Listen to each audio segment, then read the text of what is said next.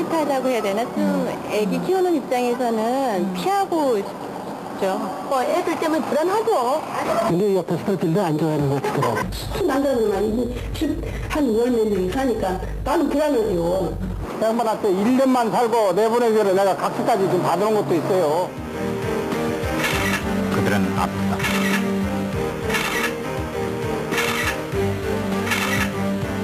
병원에서 병을 진단받는 그 순간 그들은 세상의 낙인도 함께 받았다.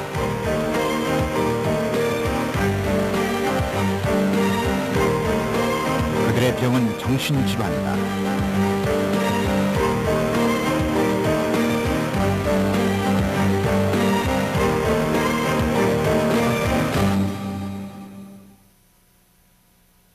다음 소식입니다. 30대 정신질환자가 놀이터에서 놀던 어린이 3명에게 흉기를 휘둘러서 1명이 숨지고 2명이 중태에 빠졌습니다. 이때 갑자기 나타난 세상 사람들의 눈에 그들은 예비 범죄자다. 살아있는 시한폭탄 같은 사람들. 1983년 정신병원에 입원했던 정신질환자입니다. 정신질환자가 정신병력을 앓았던 기록에 있는 계속되는 정신질환자. 폭탄은 언제 터질지 모른다. 그리고 그 사건이 일어났다.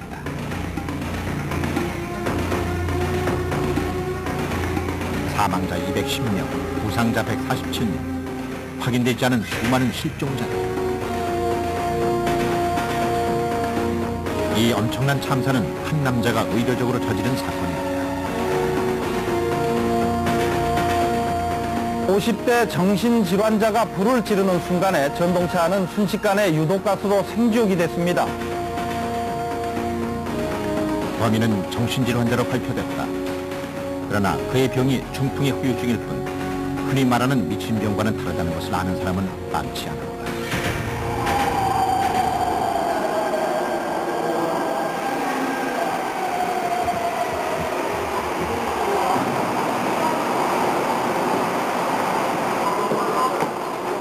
신상훈 씨는 오늘도 지하철을 탄다.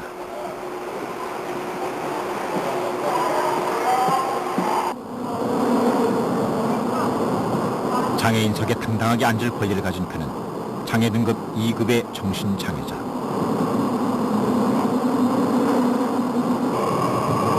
그는 18년째 정신분열을 앓고 있다. 장애인이 뭐 불질렀다 뭐 그런 얘기 들리니까 좀 내도 이제 장애인증 가지고 있으니까 그런 생각이 들고 사람 나름이겠죠. 어떤 사람은 뭐 진짜 병세가 좀 악화돼가지고 중한 증세가 있고 어떤 사람은 장애인증 가지고 있다 하더라도 자신이 자각을 하니까 자신이 왜 과거에 그랬는지 그런 자각을 가지고 사람마다 틀리겠죠. 정신분열병 환자, 시쳇말로 미친 병에 걸린 사람. 그러나 신상훈 씨가 귀가를 하는 곳은 정신병원이 아니다. 마이클, 조용히. 서울시 홍은 삼동에 있는 평범한 주택 한 채. 이곳이 신상훈 씨가 10달째 살고 있는 그의 집이다.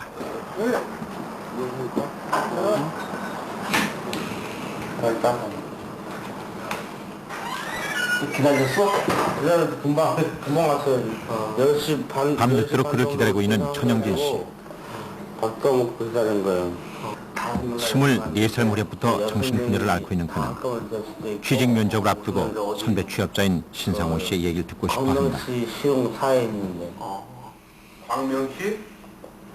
경기도 광명시. 나 광명시. 신상훈 씨와 같은 직장에 다니는 유창진 씨는 21살 무렵부터 환청을 듣기 시작했다. 야, 엄청나게 크게 산다. 이들만이 아니다.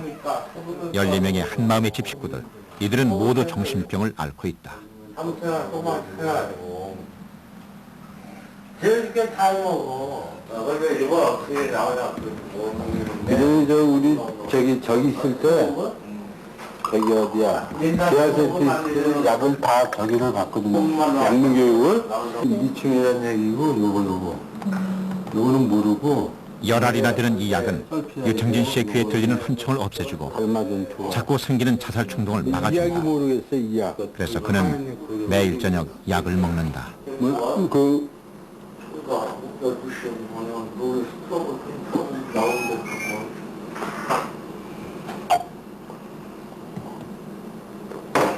약 먹기 싫어요. 근데 지난번에 뭐가 내가 작아졌지? 한 2, 3주 있다 또 요번에는 저 리튬이 하나 작아졌고 그렇게 약이 자꾸 뿌려주니까 기분이 좋아요. 증상이 줄면 약도 줄어든다. 신상훈 씨가 먹는 약은 한 알 반. 그나마 변비약 하나를 빼면 나머지 반 알만이 정신병 약이다.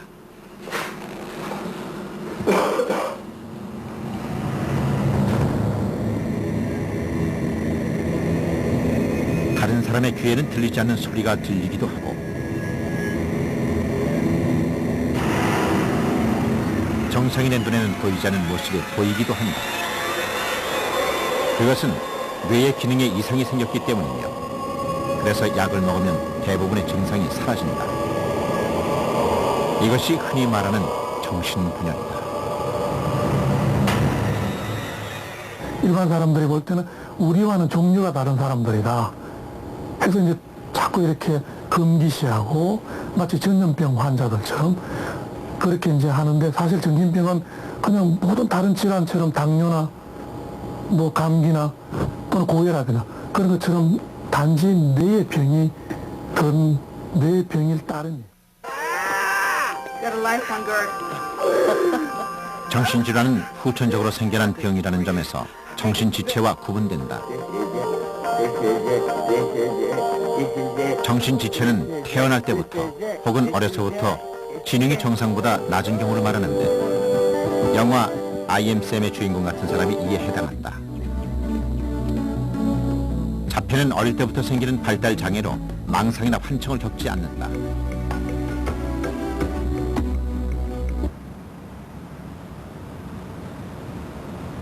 (100% 남자에게서만 나타나는 노출증 역시 성도착증이 하나일 뿐 정신병적 장애는 아니다.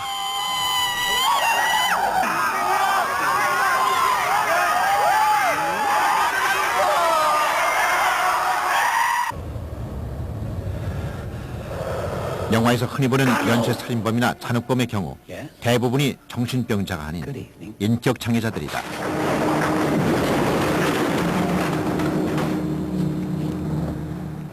정신분열병이나 조울증은 이거는 병입니다. 병이기 때문에 어떻게 보면 그 병을 일으키는 기간에는 어떤 증상을 나타내는 것이죠. 그리고 그게 치료가 되면 그 증상은 없어지는 것입니다. 근데 흔히들 이야기하는 우리가 일반인들이 사이코다 또는 그 양다리 침묵에 나온 레터 박사나 이런 사람들은 오히려 성격적인 문제가 더 큰 것이죠. 성격이라는 것은 굉장히 지속적인 그런 특징이 있습니다. 어떤 정신병처럼 그 일시적으로 나타나는 그런 정상적인 차원이 아니고 아주 지속적으로 그런 경향을 나타내는 것이기 때문에 정신병과는 분명히 구별되는. 대구 지하철 사건 같은 경우는 그 방화범 같은 경우는 정신질환자는 아닙니다. 엄격하게 말해서 중풍으로 인한 후유증으로서 우울증을 앓고 있어서 물론 정신과 진료를 받은 적은 있습니다만은 그것은 우리가 여기서 말하는 정신질환하고 좀 다릅니다. 개인의 어떤 인격이지 인격 뭐 장애라든가 이런 것이지 그 병 때문에 그런 건 결코 아닙니다. 인류의 역사만큼이나 오랜 병이면서도 여전히 죄의 혐의를 벗어나지 못하고 있는 정신병. 그러나 정신병은 생각만큼 그리 드문 병이 아니다.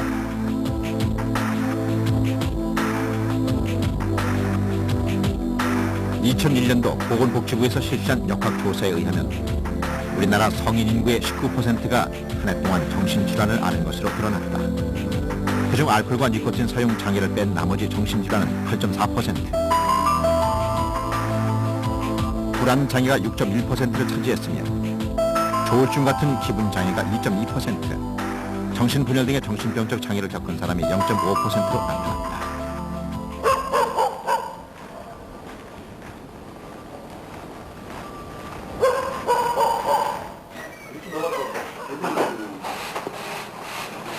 한마음의 집은 8.4%에 해당하는 정신질환자, 그중에서도 특히 정신병적 장애를 가진 0.5% 안에 드는 사람들이 모여 사는 집이다.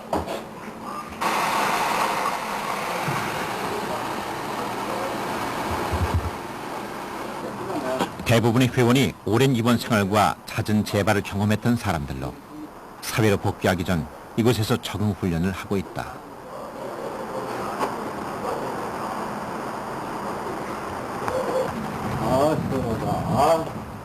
평범한 서민주택가인 홍은삼동의 정신질환자를 위한 주거시설이 생긴 것은 7년 전이다.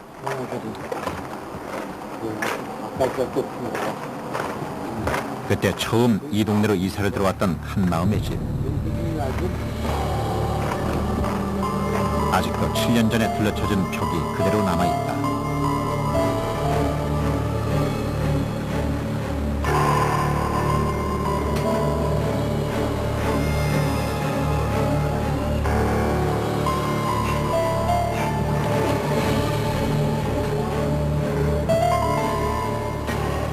우리한테 한마디 유언이라도 했으면 우리가 내가 서운하지 않고 마음만 없었을 거예요. 근데 한마디 유언도 없이 그런 사람을 10몇 명을 거기서 올라오게 한 거예요. 그래가지고 나중에 이제 살면서 우리가 얘기를 알아들었거든요. 그런데 이제 이 2층에 사는데 2층에서 이 담이 구멍이 이렇게 다 빵빵빵 다 떨어졌어요. 그래서 우리가 하도 내가 살기 힘들어서 그 윤승용 씨 보고 담을 해달라. 거기서 막아달라. 높이. 그래서 높이 막았거든요. 막아서 이제 괜찮게 좀 살기 시작했었어요.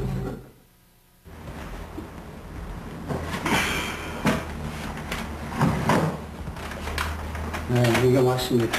10여 명의 정신질환 환자가 한 동네에 모여 산다는 건 주민들에게 있어 불안하기 짝이 없는 일이다. 정신질환 환자를 예비 범죄자로 보는 편견대로라면 그 수가 늘어나는 만큼 사고 가능성도 높아지는 것을 의미하기 때문이다. 곧 이제 뭐 한 달 반 정도 지나면 몰랐죠. 처음에는 그런 분들이 와서 산다는 걸 몰랐는데 이제 동네 주민들이 그런 분이 사는데 통장이 몰랐나고 그러길래 가서 보니까 그런 상태더라고. 그래서 일단 그 사람들하고 얘기가 통하지 않고 그래서 주인을 찾았죠. 주인을 찾아가지고 했더니 주인도 그런 분들인지 모르고 계약을 했더라고요. 제일 처음에는 그 나중에 가서 보니까 이제 그런 분이 미안하다고 사과를 하더라고요. 대신 1년만 있게 할 수 없지 않냐. 그래서 좋다 그러면 1년만 있게 해가지고.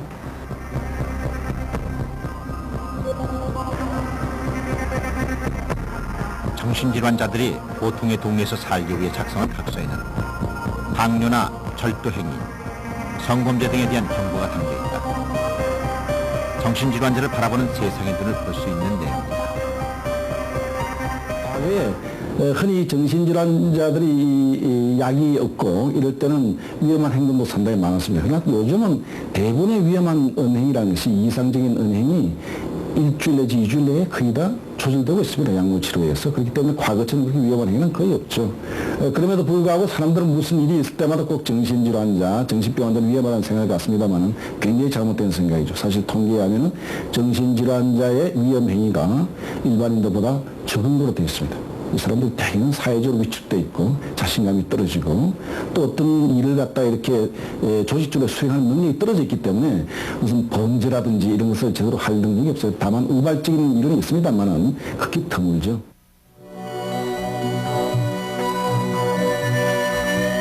실제로 법무부 연수원에서 작성한 2001년도 범죄 백서에 의하면 2000년 한 해 동안 범죄를 저지른 정신병자는 모두 3,597명으로 전체 정신병자의 2%만이 범죄를 저지른 것으로 드러났다. 그것은 일반인이 범죄를 저지를 확률 4%의 절반에 해당하는 수치다. 더구나 살인, 강도, 방화, 강간, 폭행, 상해 등의 6대 강력 범죄에 국한해서 볼 때 검거된 범인 중 정신병자는 0.37%에 불과했다.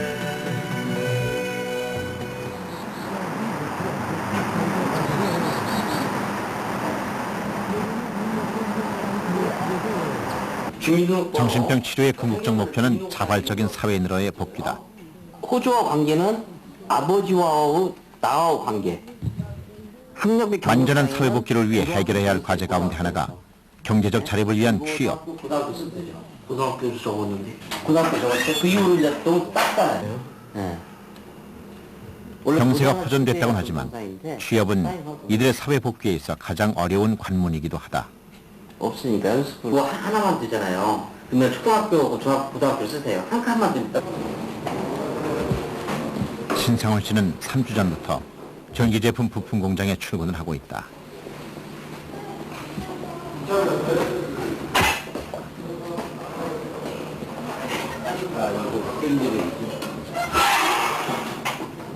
같은 한마음의 집 식구인 유창진 씨와 함께 장애인 고용촉진공단의 지원 고용에 의해 임시 고용된 상태. 장애인 고용촉진공단에서 직장을 알선해 주었고 3주간의 적응 훈련 기간을 거치게 된다. 정식 고용될지 임시 고용으로 끝날지는 그 다음에 결정된다. 이제 3주간의 임시 고용 기간은 곧 끝난다. 아직은 서툴고 어색한 이들을 공장 사람들은 받아줄 것인가?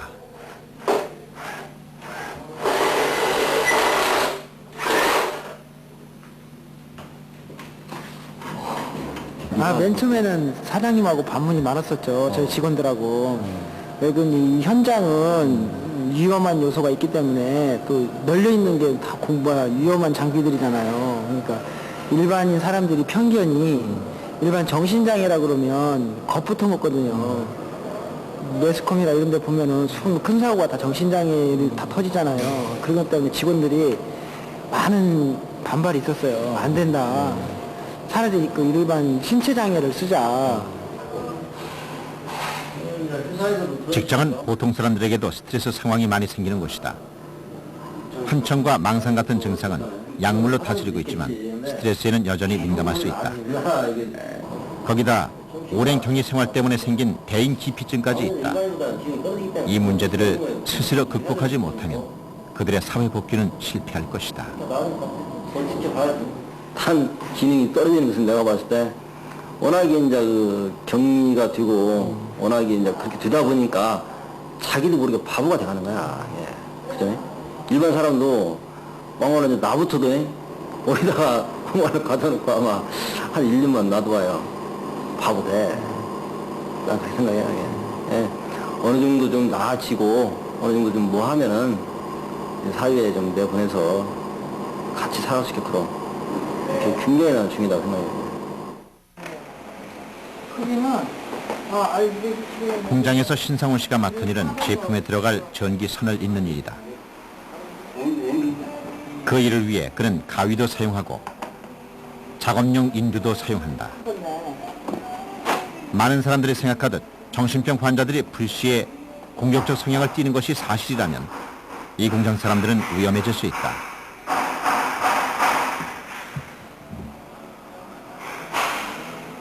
그러나 정신병 환자들은 정말 공격적인가?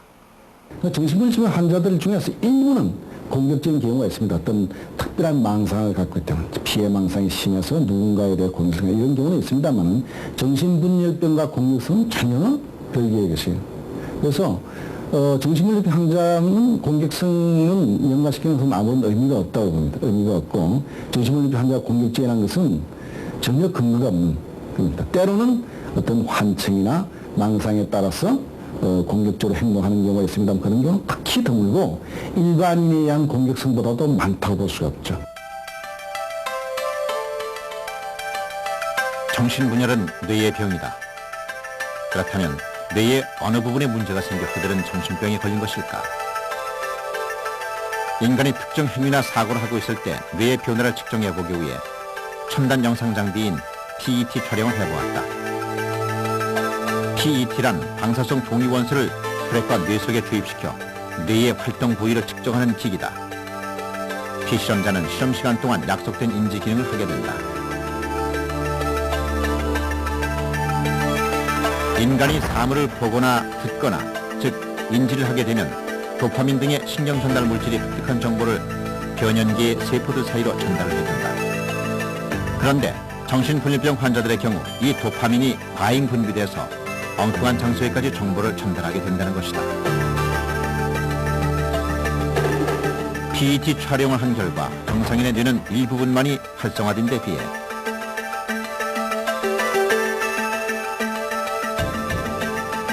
정신분열병 환자의 경우 뇌의 여러 군데가 활성화되고 있음을 볼 수 있다.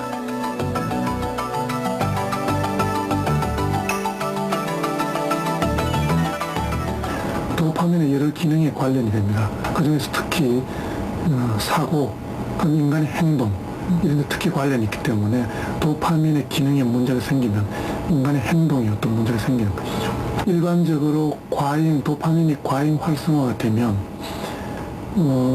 우리가 정상적으로 볼 수 없는 그런 증상들이 생기는 겁니다.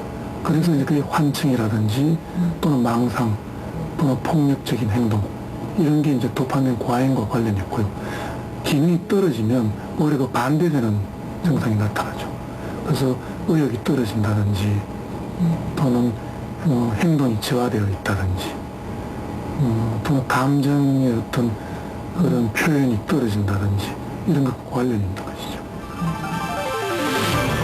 그러나 약물로 도파민의 분비를 줄이거나 도파민이 필요한 곳 외의 곳에는 전달되지 않도록 막아준다면 정신분열의 증상인 환청이나 환각 등의 현상이 일어나지 않게 되고 환청에 의해 혹시 나타날지도 모를 공격행위 역시 나타나지 않는 것이다. 이 약물 치료가 과거의 약물은 부작용이 굉장히 많았어요. 부작용이 많기 때문에 약을 먹으면 뭐 걷기가 힘들다든지 또는 뭐 몸이 찌부둥하다든지 또 여러 가지 그런 뭐 항콜린성 부작용, 입이 마른다든지 변비가 온다든지 뭐 여러 가지 부작용들이 있기 때문에 약을 안 먹으려고 환자들이 그렇게 한 거죠. 근데 최근에 이제 90년대 들어오면서 좋은 약들이 개발되기 때문에 부작용이 별로 없고 치료는 잘 되는 그런 약들이 이제 많이 나오게 된 거예요. 그러니까 쉽게 이게 환자인지 아닌지 다른 사람이 봐서는 구별도 할 수도 없고 약을 먹는 사람인지 안 먹는 사람인지 구별이 안 되는 것이죠. 이제 그런 좋은 약들이 개발됨으로써 사회에 많이 복귀를 하게 되는 것이에요.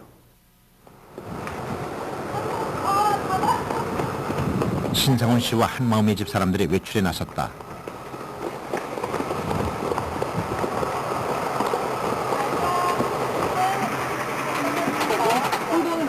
그들이 마을 버스를 타도 주민들은 이제 더 이상 낯설어 하지 않는다. 한마음의 집은 단순히 먹고 자는 주거 공간이 아니다. 병원에 있던 환자들이 사회로 나가기 전에 거치는 중간 단계 시설. 그곳에서 생활하는 동안 회원들은 부지런히 사회를 경험하고 익힌다. 도와가지고 되는 게 아니야.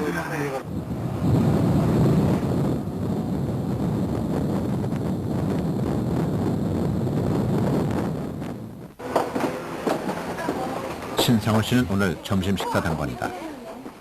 이주일의 점심은 메뉴를 정하는 것에서부터 시장 보기까지 모두 회원들 스스로 한다.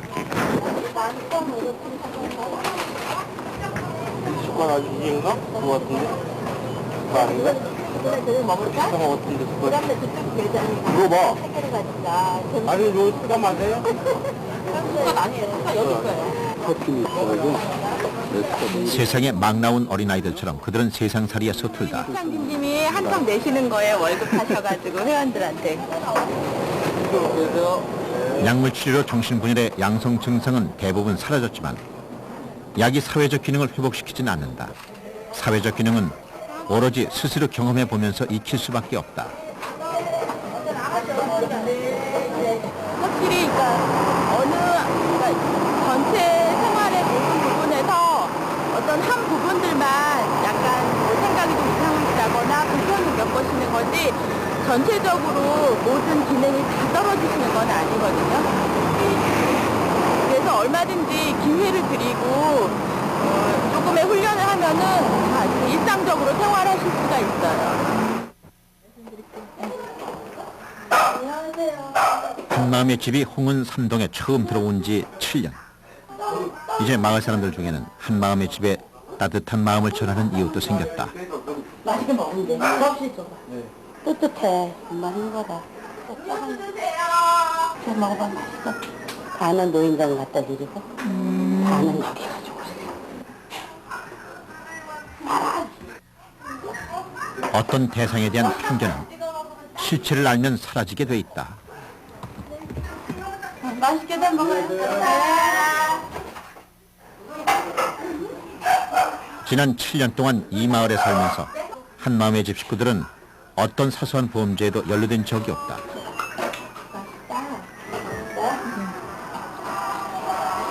이 집에 온 환자들은 조용히 머물다가 병이 나으면 가정으로 돌아간다.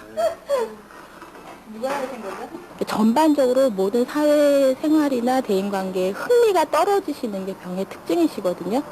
예, 그렇기 때문에 뭐 여자를 봐도 그냥 여자구나라고 생각하고, 그러니까 오히려 여자한테 어떤 성적인 관심을 가지시는 몇몇 분은 기능이 좋으신 분에 속하거든요. 예, 그러신가요? 예.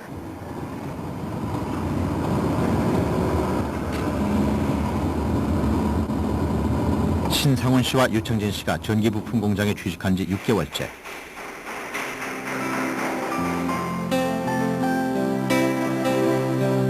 그들은 이곳 공장 일에 익숙해져 있는 듯 보인다. 신상훈 씨는 그동안 공장에서 익힌 일을 일일이 노트에 기록하고 있었다. 18년이나 병을 앓는 동안 자연히 뇌의 기능도 떨어지게 돼 있다. 그것을 신상훈 씨는 꼼꼼한 메모로 대신하고 있는 것이다. 일을 시작한 이상 인정받고 싶은 것은 이들 역시 마찬가지다.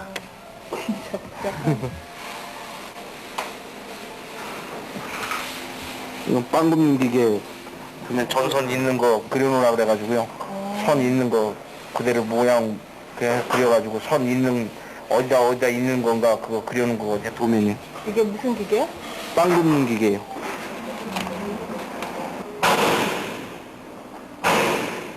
육 6개월 동안 일을 하면서 변한 것은 신상훈 씨만이 아니다. 정신질환자를 두려워했던 직원들도 이젠 스스럼 없이 그들 곁에 다가간다. 신상훈 씨가 제 아무리 날카로운 도구를 들고 있어도 직원들은 더 이상 두려워하지 않는다. 이거를 그냥 떼우세요. 자신들이 일을 하기 위해 위험한 공구를 사용하듯 신상훈 씨 역시 일을 위해 날카로운 도구를 만지는 것이다. 뒤쪽만 떼어놔요. 다요? 네.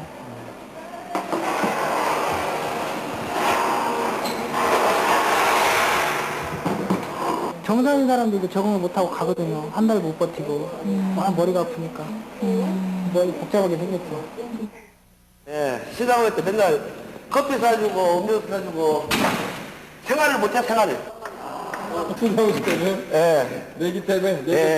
내기 갖고 맨날 치니까 한두 번도 아니고 저희 때마다 맨날 치거든요. 365일. 복식 아니고 단식 맨날 치거든요. 재밌어요 근데. 세상 없지. 잘 치시네. 예, 잘 쳐요.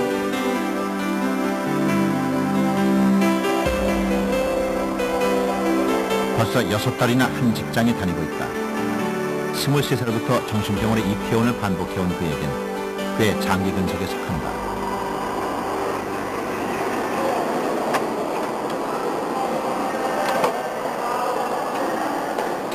제 힘으로 번 돈으로 자신의 약값을 대고 생활비를 낼 수 있게 됐다. 스스로 돈을 버는 40대. 이제야 그는 당당한 사회 구성원으로 돌아온 느낌이다.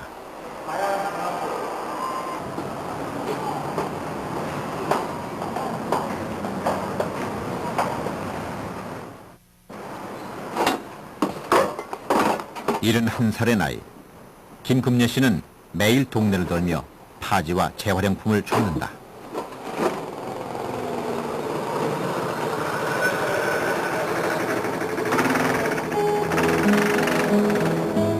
그에게도 건장한 아들이 있지만 그 아들은 너무 오랫동안 아파왔다.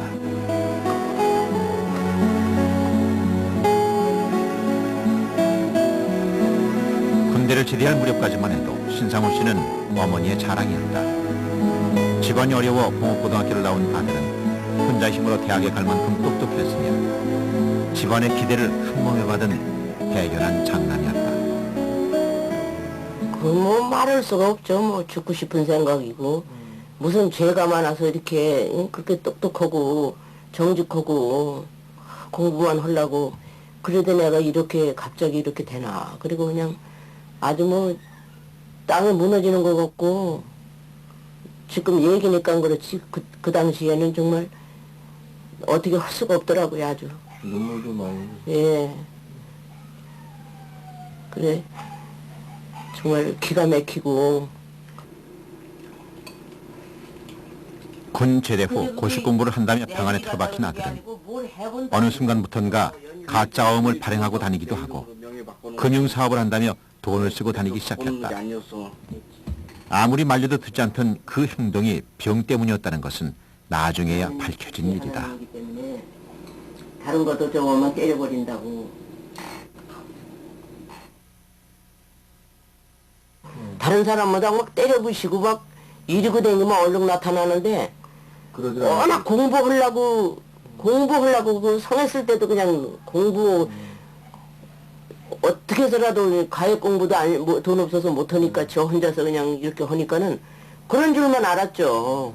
그런 줄만 알았는데 양중에 보니까 사람을 통 안 만나려고 그러고 하는 걸 벌써 틀리더라고요.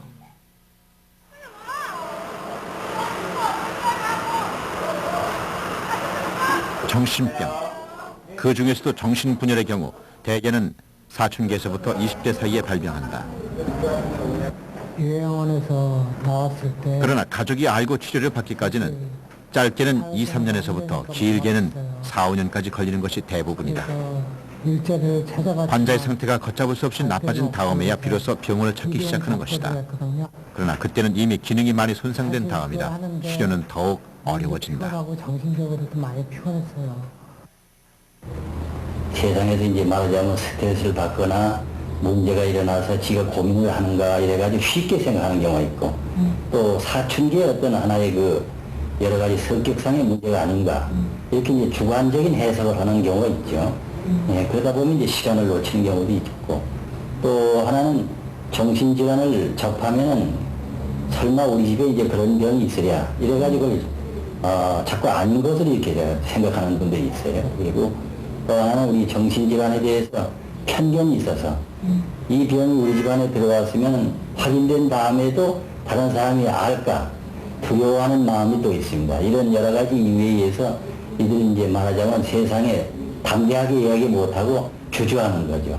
그래서 아마 늦게 발견이 되는 경우가 되지 않을까 이렇게 봅니다. 그렇다면 정신병은 왜 생기는 것일까? 암이나 당뇨 같은 다른 만성질환과 마찬가지로 정신병 역시 병의 소인을 갖고 태어나는 것으로 알려져 있다. 태아 시기에 어떤 이유로 뇌의 손상을 입은 채 태어나게 되고 그것이 사춘기를 전후해서 생기는 생물학적 변화와 각종 사회적 스트레스에 의해 2차적 손상을 입게 되면 그로 인해 발병하는 것으로 알려져 있다. 특히 또 이 질환이 10대 후반 또는 20대 젊은 나이에 발생합니다. 젊은 나이에 발생함으로써 이 시기에 체험해야 될 여러 가지 중요한 것, 대인관계라든지 가족생활 또는 학교, 직업 이런 데서부터 소위 공백이 생기기 쉽죠. 이런 공백이 생긴 부분들을 공백이 생김으로써 오는 정신적 기능의 결손을 갖다가 메워주기 위해서는 재활치료가 필수적이죠.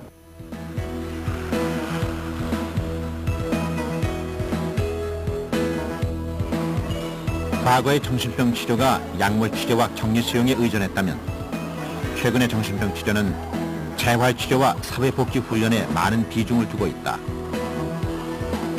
약물 치료로 정신병의 양성 증상이 사라진다고 해도 오랜 동안 사회로부터 격리돼 왔던 그들에겐 사회 적응 훈련과 그들을 관리해 줄 수 있는 시스템이 필수적이다.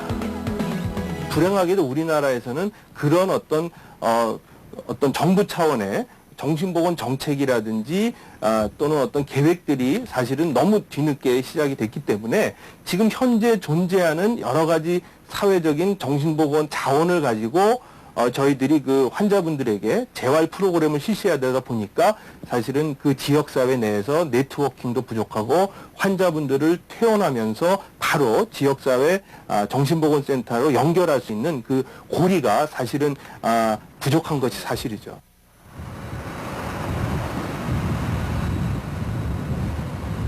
정신병에 대한 치료의 개념이 격리 수용에서 사회복귀로 바뀌면서 병원의 형태도 달라져 가고 있다. 22인분이 되나요? 그중 하나로 볼 수 있는 것이 낮병원이다. 환자들은 병원에 입원하는 대신 집이나 가까운 주거시설에 살면서 매일 낮 시간 동안만 병원을 다니게 된다.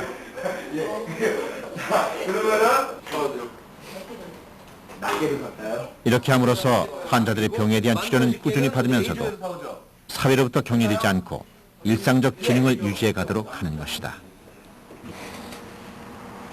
오뎅 넓은 파한다. 서구 같은 경우에는 그 어떤 그 지역에 거점 병원이라는 것이 있고요. 그 지역 내에서 정신보건 사업을 할 수 있는 여러 가지 계획들이 사실은 선행돼야 되는 거죠. 그래서 그런 정신보건 사업에 대한 계획에 의해서 병상이 얼마가 필요하고 또 그 인구에 비례해서 사회복지 시설이 몇 개가 필요하고 정신보건센터가 몇 개가 필요하고 이런 종합적인 정신보건 전달 체계가 확립되고 난 이후에 정신보건 사업이나 이런 재활 프로그램들이 시행이 돼야 되는데 1992년도부터 지역 정신보건 사업을 시작한 호주. 정신질 환자들의 대부분은 대형 병원을 나와 지역사회로 돌아갔거나 중간 거주시설에서 거주하고 있다. 멜버른시 클라렌든 지역에 있는 풋브릿지. 이곳은 정신질 환자들이 독립생활을 하기 전에 거주하는 병원과 지역사회 사이의 중간 시설이다.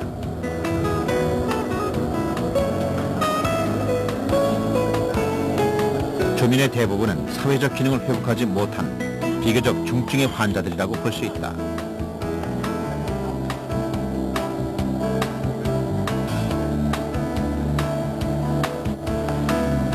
(17) 살 때부터 정신분열을 알아온 데이빗은 8개월 전부터 이곳에서 살고 있다. 공동생활을 하기에는 증상이 썩 좋지 못한 그는 혼자서 생활을 하고 있다. 침실에서부터 주방, 거실까지 이 모든 곳이 거의 독립된 생활 공간이다. 비용은 그에게 나오는 장애인 생활보조금에서 지불된다.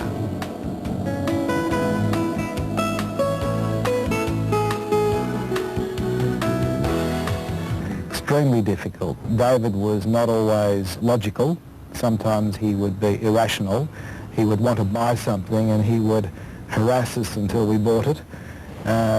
He didn't understand or found it hard to understand why he couldn't have it, and he'd want to buy something new for his computer, or he'd want to buy, he'd want money for drugs, and he used to harass us, and sometimes we'd have to, the police would be involved. So that was, our relationship was extremely difficult. He would not look after himself, so we would get a call at 10 o'clock at night, he wants something to eat. And we'd take food around and 10 o'clock at night, and it was just a big strain on the family. 일상의 모든 것을 가족에게 의존했던 데이빗은 입소시설로 온 이후 모두 혼자서 해결한다. 작업치료사가 있어서 수시로 방문을 하지만 그들의 역할은 입주자가 혼자서 생활할 수 있도록 방법을 제시하는 것에 머문다. You get, when you hold the onion, if you get a really good grip on it in your hand like that, that works pretty well. So if I have to cut that, I have to do, I do programs, and I'm busy doing a lot of things, learning how to live independently. And when I was back in my old place, I wouldn't do anything. I'd just sit down and vegetate most of the time. But here I'm learning how to go about doing things. I will not be threatened and I will call for other staff. 10개 동에 20명가량의 회원이 살고 있는 풋브릿지에는 모두 40여 명의 스텝이 있다. 간호사에서부터 심리치료사, 케이스 매니저까지. 그들은 늘 입주자의 상태를 체크하고 그들에 대한 의견을 나눈다. 아니타 니콜스는 데이빗의 케이스 매니저다. Hi David. How's things going? All right, yeah, just playing a computer game. That's okay. Now, we need to check off your program, see where we're up to. You want to grab a pencil? Yeah.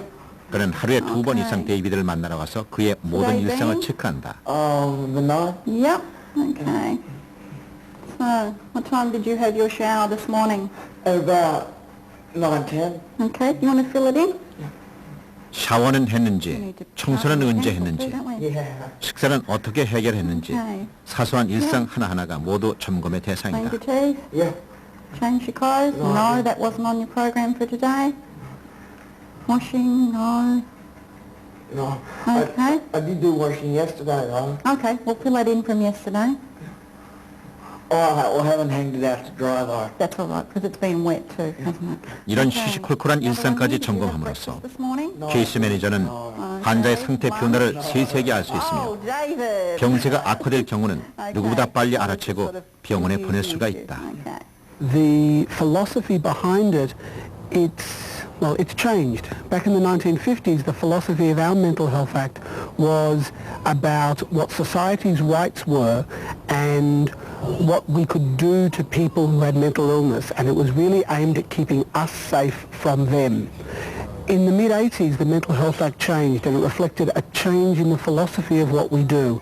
We now recognise that most mentally ill people are not a danger to the rest of the community. If anything, they're more a danger to themselves than they are a danger to us. And the Mental Health Act changed to change the focus on what our responsibility is to assist them. 1992년 호주 빅토리아주 정부는 정신건강 서비스의 주체를 지역사회로 옮겼다. 그와 동시에 대형 정신병원을 없애는 대신 일반 종합병원으로 정신병동을 옮겼다.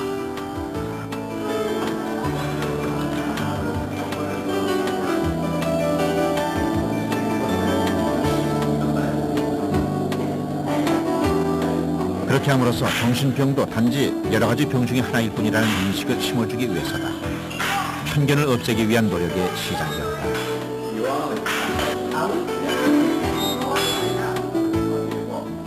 I think also there is an ability now with the changes in the way in treatment, with the better use of medication, people actually can live a better life because medication, as we use it now, is able to control the symptoms of serious mental illness.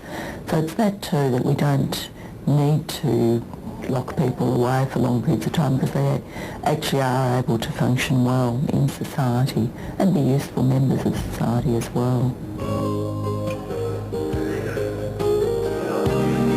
대형 병원을 운영하는 데 들던 비용은 정신질환자를 위한 지역사회 서비스 프로그램을 넓히는 데 사용됐다.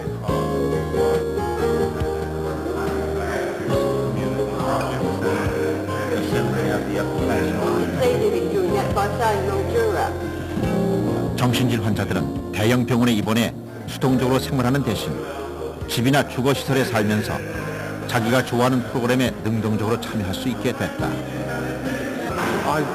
Just through the people who run this centre, just an invitation, that's all. Just, yeah, it's part of the community services that's offered. So, yeah, we have every Thursday afternoon come here, and we've got the centre, and then next door we've got an art gallery, and myself and a couple of others are working towards having an exhibition there later this year. 정신질 환자를 위해 지원하고 있는 이 모든 프로그램의 중심엔 지역 정신보건센터가 있다. 이들은 지역 내에 거주하는 환자들을 관리하고 그들에게 병원 치료가 필요한지, 입소시설이 필요한지, 재활 프로그램만 이용해도 되는지 등을 체크한다. 그런 다음 각각의 환자에게 맞는 서비스를 추천해준다.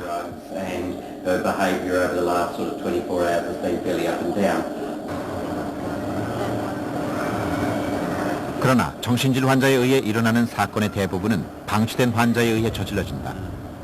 그렇기 때문에 이들에 대한 관리망이 얼마나 철저한가, 그것이 곧 사회의 정신보건 시스템의 안전성의 척도라고 할 수 있을 것이다. So we had a lot of people that are homeless and sleeping on the streets that are very hard to get. We also have a lot of people that are running away from mental health services because they've had a bad experience.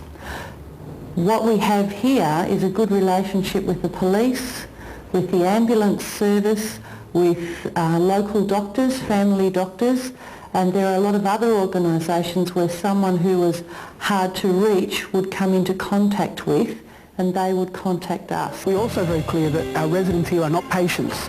A patient is a very passive passive thing. You're waiting for the medication to work. A client is somebody, or a resident is someone who is here who has to work to get better, who has to work to learn new things.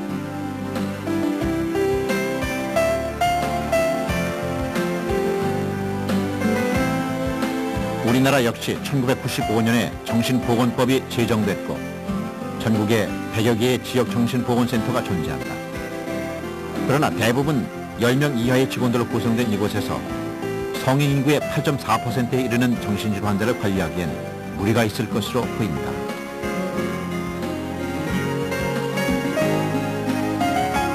(95년대) 정신보건법이 제정되면서 지역사회 정신보건 체계를 전환을 했지만은 사실 그동안 재정 지원도 열악했고, 그다음에 이런 기초적인 인프라가 이제 구축이 안 된 이런 상태이기 때문에 그동안 이제 발전을 못했습니다. 그래서 금년에 우리가 정신보건법을 개정을 해가지고 정신보건센터의 설립 근거를 법에 넣어서 지금 법제처에 심의 중에 있습니다.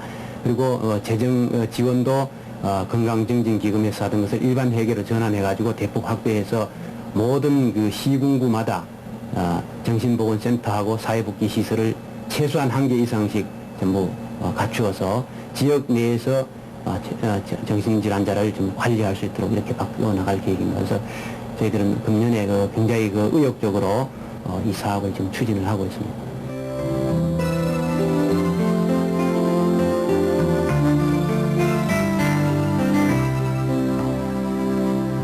그들은 병에 걸렸다. 그들이 걸린 병은 불치가 아니다. 평생 약을 먹어야 하는 사람도 있지만 많은 경우 그들의 병세는 좋아진다.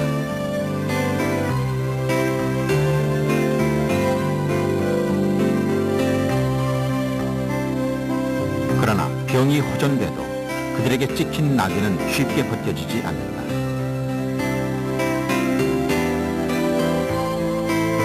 정신질환의 낙인을 받은 8%의 사람들, 그들은 저 벽을 넘어 세상 밖으로 나올 수 있을까?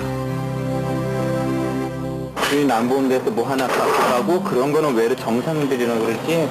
그런 사람들은 그런 거 안 해요. 같이 이제 한 집에 이렇게 살게 됐는데 지금 제가 집을 이렇게 2층에 그분들이 산다고 해서 후회하거나 그런 적은 없었어요. 저렇게 보니까 조용하고